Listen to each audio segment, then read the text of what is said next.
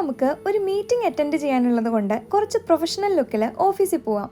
Japan ആയതുകൊണ്ടും ഇവർ പങ്ക്ച്വാലിറ്റിക്ക് മറ്റെന്തിനേക്കാളും value കൊടുക്കുന്നത് കൊണ്ടും നമ്മൾ 1 മണിക്കൂർ മുന്നേ തന്നെ മീറ്റിംഗ് നടക്കുന്ന സ്ഥലത്തെത്തി. അത് പിന്നെ ഒരു ട്രെയിൻ വരാൻ 20 സെക്കൻഡ് വൈകുമ്പോഴേക്ക് അപ്പോളജൈസ് ചെയ്യുന്ന ഒരു രാജ്യത്ത് ഇങ്ങനെയൊക്കെ തന്നെയല്ലേ വേണ്ടത്? ബൈ ദ വേ, നമ്മൾ ഇന്ന് വന്നത് IT എഞ്ചിനീയേഴ്സിന് വേണ്ടി നടത്തുന്ന ഒരു ഇൻ്റർനാഷണൽ ഹാക്കത്തോണിൻ്റെ കിക്ക് ഓഫ് പാർട്ടിക്ക് വേണ്ടിയാണ്. നമ്മുടെ ഓഫീസിൽ നിന്ന് 3 പേരാണ് ഇതിന് പാർട്ടിസിപ്പേറ്റ് ചെയ്യുന്നത്. ഹാക്കത്തോൺ എന്ന് വെച്ച് കഴിഞ്ഞാൽ ഒരു 1 or 2 ഡേയ്സിൻ്റെ ഉള്ളിൽ നടക്കുന്ന ഒരു കോമ്പറ്റീഷൻ പോലെയാണ്.